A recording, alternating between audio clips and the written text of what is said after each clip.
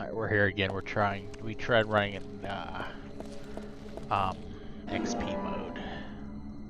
So if this doesn't work, another recommendation is run in Windows mode, and Windows mode is having problems with my recording software, so it may look a little janky if I have to go that route. Give me a moment here.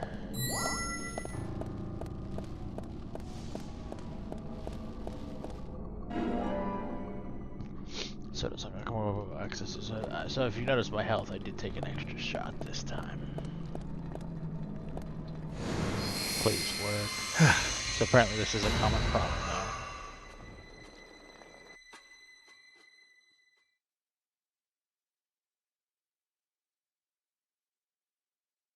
Excellent.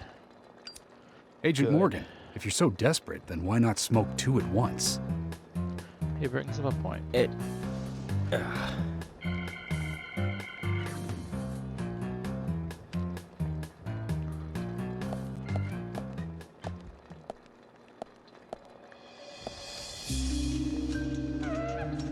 That dude's not suspicious at all. Who's that old man? That's Harry. Harry Stewart. One of the bigger problems around here. His father started up the lumber trade and founded this town. But he's a weird one, as I'm sure you can see. Always dressed like that, never speaking to the townsfolk. And just FYI, he owns almost the entire town. Not that that makes any difference. So long as I'm around, he won't be getting away with any funny business. You're a decent, honest cop, I must say.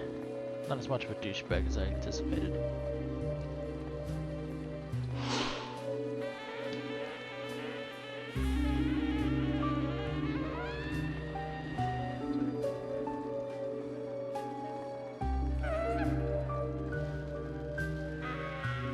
Mr. Francis York Morgan, haste won't lead you to what you seek. Keep your eyes focused on your footing as we speak. So says Mr. Stewart. What weird way you're talking. With both your lips and your words. Nice to meet you too. How did you know my name?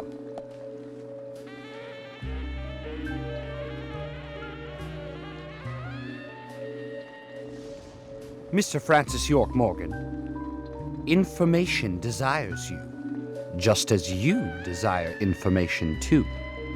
So says Mr. Stewart. Harry, stop trying to get in our way. Keep this up, and even you'll have to answer to the law.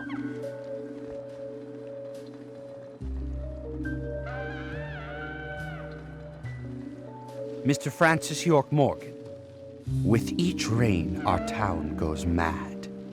To our disdain, unpreventable. So sad. I don't think so that's says a problem. Mr. Stewart.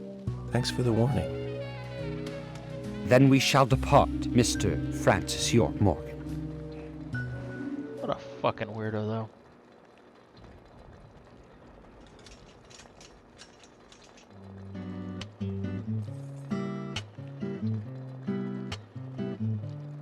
That's how he always is. Always spouting that nonsense. Don't give it any thought. It's all gibberish. I think not. Emily here. Uh-huh. Oh. Okay, thank you, Thomas. Agent York, we've contacted the first witnesses to the crime scene. You can interview them where they found the dead body. Excellent. I was just about to ask if you could take me there. I'm sure you were.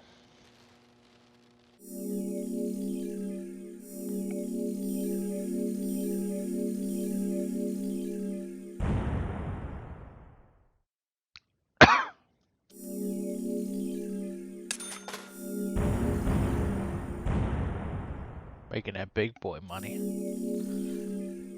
Of course I want to save. So Windows XP Service Pack 2 mode on the executable and the launcher seems to have solved the problem.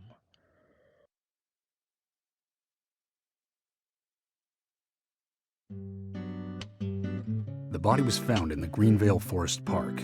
That's west from here, and too far to walk. A forest park?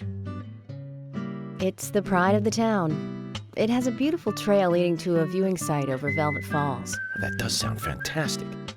Show me the sights. That may have to wait. We promised to be there by 1800 to interview the first witnesses to the crime scene. Well, damn, that sucks. Let's get going then.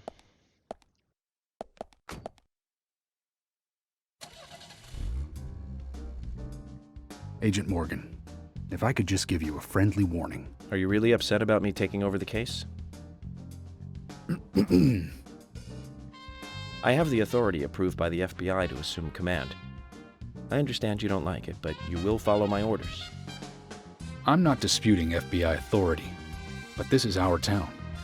You won't get far alone, and you gain nothing by antagonizing me. It's part of my personality. I just do things my way. I can take you off the case if you wish. Stop it, you two. We need to solve this case, York, not you're kinda bicker being a among dick, too. ourselves.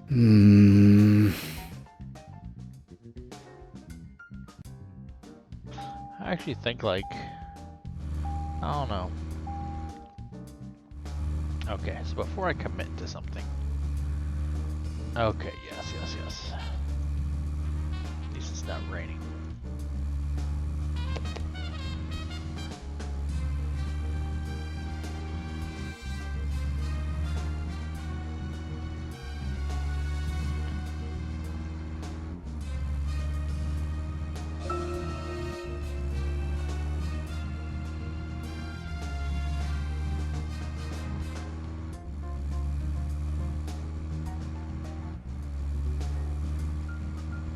Anna's body was discovered by the woodsman Jim Green, along with his two grandchildren, Isaac and Isaiah. What were they doing in the forest? Just their daily routine. They found Anna's body during a morning walk. So you've talked to them already? Not officially. Not yet. Not yet. Are you out of your mind? You haven't interviewed them yet? Agent York, that tone is hardly appropriate. We were given orders to wait for you to arrive. Orders by who? A man called Abrams from the FBI. Robert, is it? Good old Bob Abrams. I did tell him to stay out of it. It's always tough to have a meddling boss, huh, Zach? I thought you knew, Agent Morgan. Don't worry about it. We may not have taken official statements, but we got all the information we need. I can fill you in right now if you'd like. Thanks, George, but that won't be necessary. I want to hear the details from the witnesses themselves, firsthand. I just can't believe that the children had to witness the crime scene. They may be traumatized. You'd better do this carefully. Don't tell me you get nervous talking to children, Emily. Not at all. That's not what I meant. Then what did you mean? Just forget it. York, you are being kind of difficult here. Okay, so just to make sure I don't make the same mistake as last time, I'm going to go this way. Yeah, this is quite a drive. I'm already 50% gas.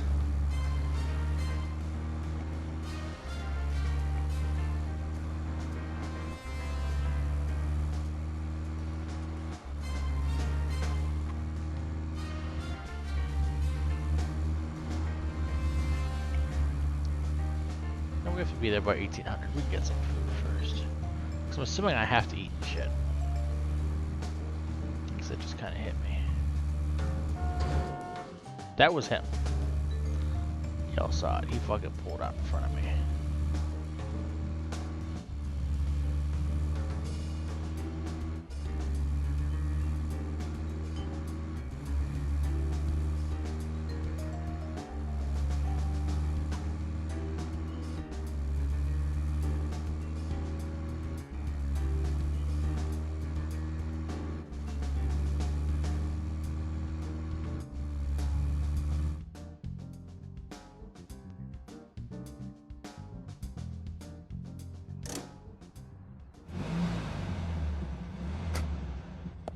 I don't know how we're gonna get food at the police station. If you're wandering off, then we'll go on ahead. We don't have time to mess around. Agent York, we only have until 1800. I understand.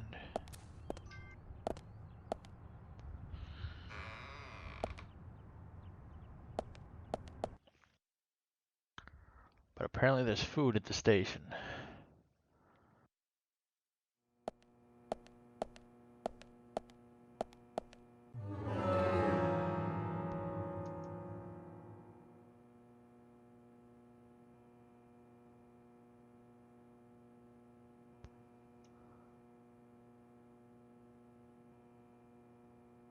Whoops.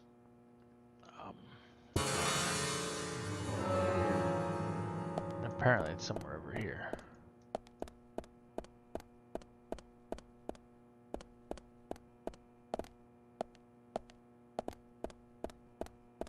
Or maybe this way? Kitchen room. It's not called a kitchen. It's a kitchen room.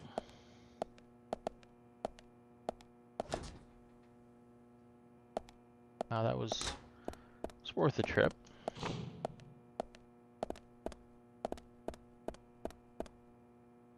I do not understand. I should have just kept on keeping on.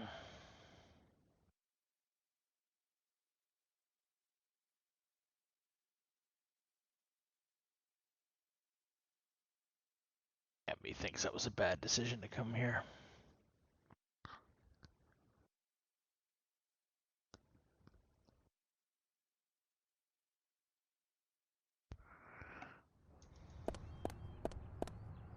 Did they really leave me? They fucking left me, didn't they? Those fucking assholes. They fucking really left me. No, they didn't.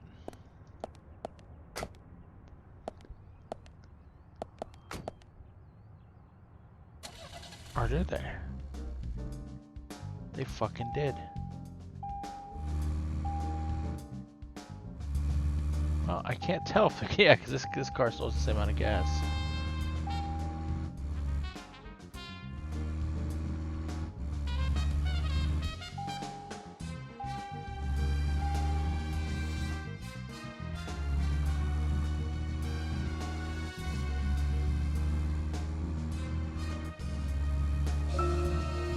Speaking of 80s movies, one jewel in the rough springs to mind. Deadly Spawn. Do you remember that one, Zach? Back in '83, directed by Douglas McCown. Right, it was filmed pretty cheap, but still it was pretty good. The monster design with the mouth crammed full of teeth, I loved it.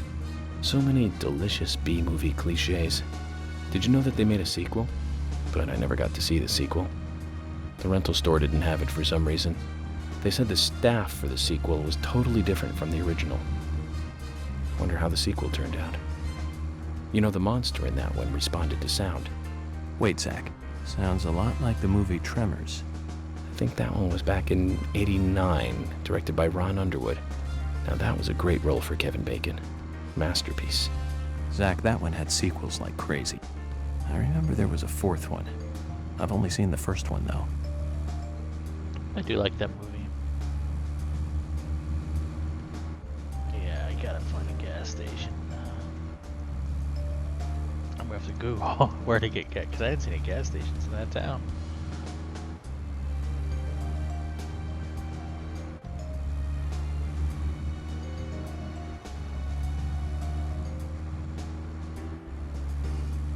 Yeah, that gas situation's looking pretty nasty.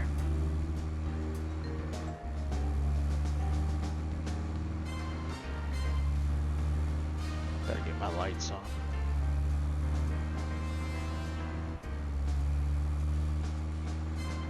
Well, that's kind of a cool effect. Actually does shine. Whoa. Okay.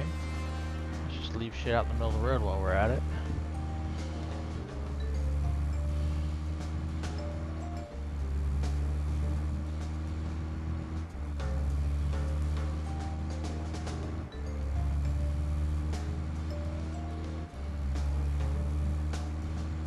We're 34%. There better be gas on this side.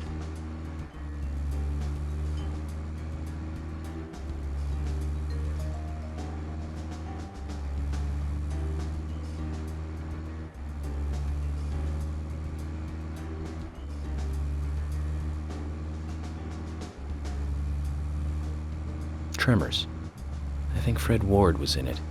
You say Fred Ward, and I say Remo Williams, The Adventure Begins. That one was back in '85, I think. Directed by Guy Hamilton. Guess Hamilton was aiming to start a series like 007, but it had no sequels. A real shame. Do you remember the martial arts they used in that film? Called Sinanju? The ultimate in martial arts, using no weapons at all. Remo's Master Chun ran across water, remember? And he loved soap operas. Man, that was a good character. He was played by Joel Grey, the best supporting actor in Cabaret. Of course, in Remo, he had so much